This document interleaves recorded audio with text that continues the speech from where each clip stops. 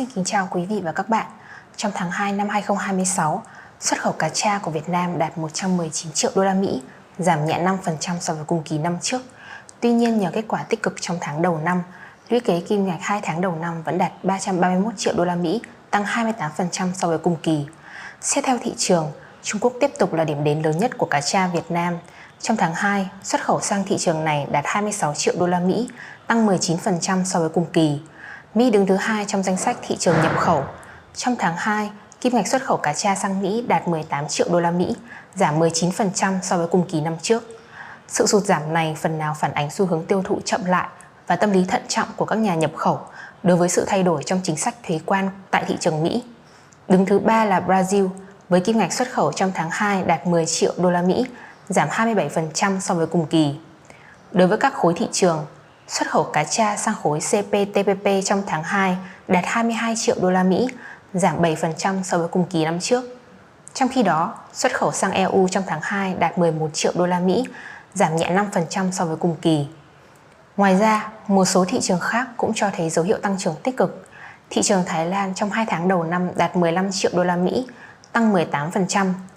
Một số thị trường khác như Colombia ghi nhận mức tăng mạnh nhất, hơn 100% so với cùng kỳ năm trước.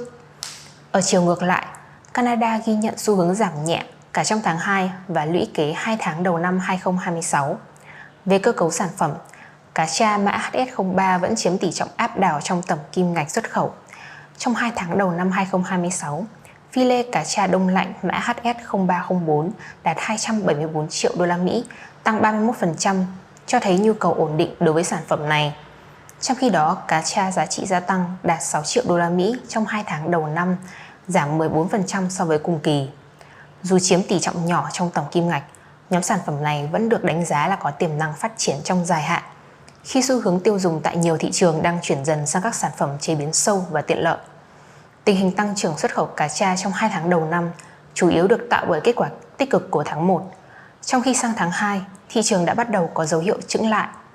Xuất khẩu cá tra sang Mỹ giảm 19%, trong khi nhiều thị trường khác cũng ghi nhận mức giảm nhẹ do tác động của kỳ nghỉ Tết Nguyên đán làm gián đoạn hoạt động sản xuất và giao thương.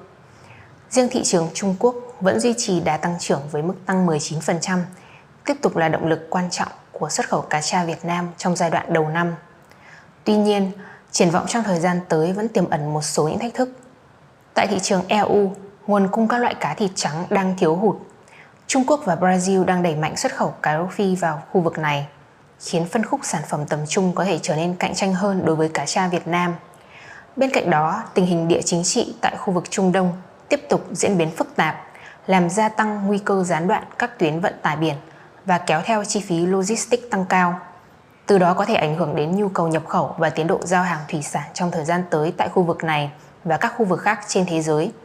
Xin cảm ơn quý vị đã chú ý lắng nghe.